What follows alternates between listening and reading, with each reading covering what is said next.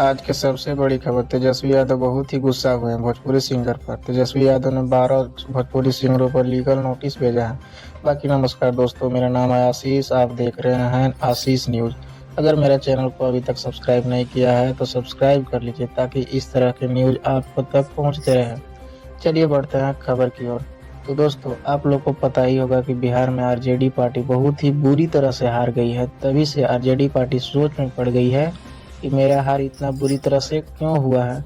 RJD party को बहुत सोचने समझने के बाद पता चला है कि कुछ छपरी सिंगरों की वजह से मुझे हार हुई है। तभी से तेजस्वी यादव भोजपुरी सिंगरों को लीगल नोटिस भेजना स्टार्ट कर दिया है और अभी तक 12 भोजपुरी सिंगरों को लीगल नोटिस भेज चुके हैं।